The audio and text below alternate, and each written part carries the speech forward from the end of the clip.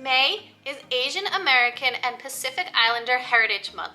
So today, I wanted to bring you some of my favorite picture books and chapter books that celebrate this heritage through characters, through illustrators, and through authors. I think it's so important that throughout the year, we are exposing our students to diverse cultures, so that way our students not only see themselves in books, but that they are exposed to different cultures, different lifestyles as well. And so sharing books and stories that highlight Asian and Pacific Islander communities and voices is an impactful way to start conversations with students, especially about current events that are happening in our world. The first book I have is powerful in both the story and the illustrations.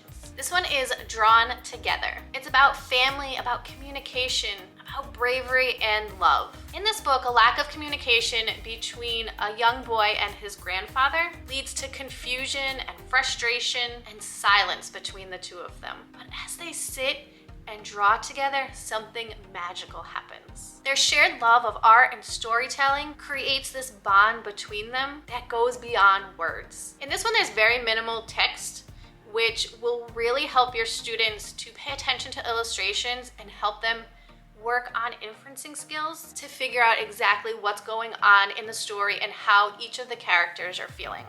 A great one to share with your students. The next book that I have for Asian American and Pacific Islander Heritage Month is Eyes That Kiss in the Corner. This is a brand new one, and I shared it earlier in one of my videos about books that I was looking forward to in the year 2021, and this one did not disappoint. This is an affirming story for Asian American children. When a young Asian girl notices that her eyes are different from those of her peers, then she realizes that they are the same shape as her mom's, as her grandmother's, as her sisters. They all have eyes that kiss in the corner and glow like warm tea, and that they are filled with stories of the past as well as hope for the future. And she learns to draw strength from these powerful women in her life and recognizes her own beauty and discover a path towards self-love. A powerful story for your students to hear. The next one that I have is a sweet story and will definitely appeal to younger students.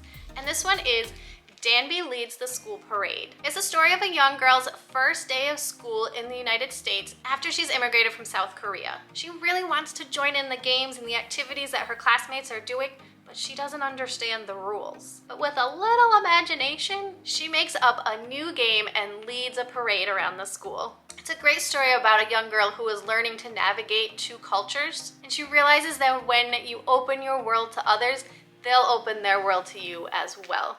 A great one for younger students. In the name jar, we learn that being the new kid is hard enough, but it's even worse when your classmates can't pronounce your name. Yoon-hae has just moved from Korea. She really wants to be accepted by the American kids, but on the bus, they're already making fun of her name. So when she gets to her classroom, she won't share her name and says that she's going to think of a new one and she'll introduce herself the next week. Fascinated by this, her classmates create a jar and start putting in different names that they think would work best for her.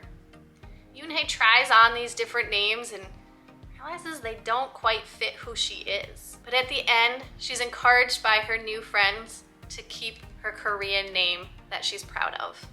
A great story about acceptance to share with your class. The next book that I have is Ohana Means Family, and I've shared this book earlier in my video all about my favorite books from 2020, and I'll leave that linked right here so that you can check it out. This book has poetic text that follows the same rhythm of the poem The House That Jack Built. It shares all the work and love that goes into creating the food for a luau in Hawaii. And the beautiful words and illustrations truly celebrate the Hawaiian culture in this book. It also includes back matter with a glossary of Hawaiian terms that would be helpful to share with your class as well. Next up, I want to share a brand new early chapter book series, and this one is called Mindy Kim.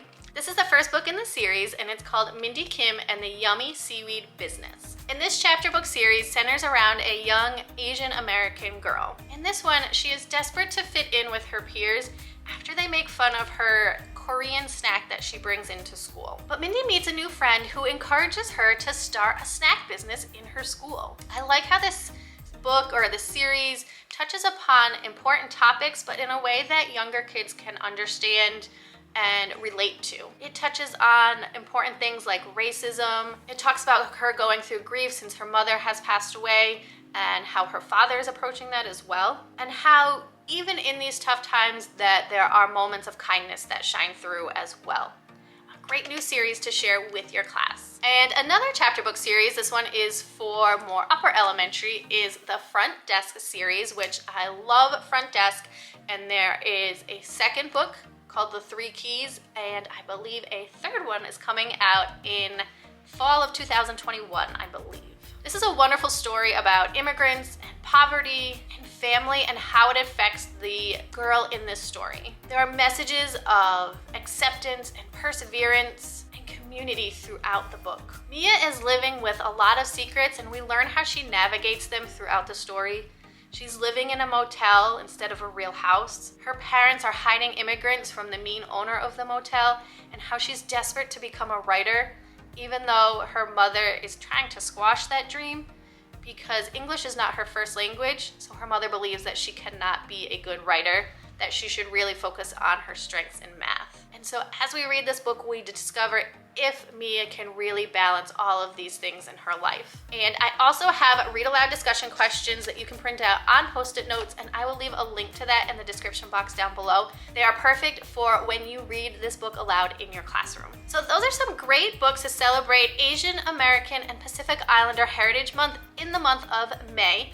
And there are so many other ones to choose from, whether it highlights a character or an author or an illustrator. It's really important to bring these diverse voices into your classroom this month and throughout the entire year. By highlighting Asian voices and experiences, we can create a classroom library, a classroom community that truly represents and appreciates different cultures and histories. I hope that you'll be able to read some of these books in your classroom this month or during the year. If this video was helpful for you, make sure you give it a thumbs up. Hit that red subscribe button down below, because I will be back next Sunday night with more read aloud tips and book ideas for you to use in your classroom right away. Have a great week.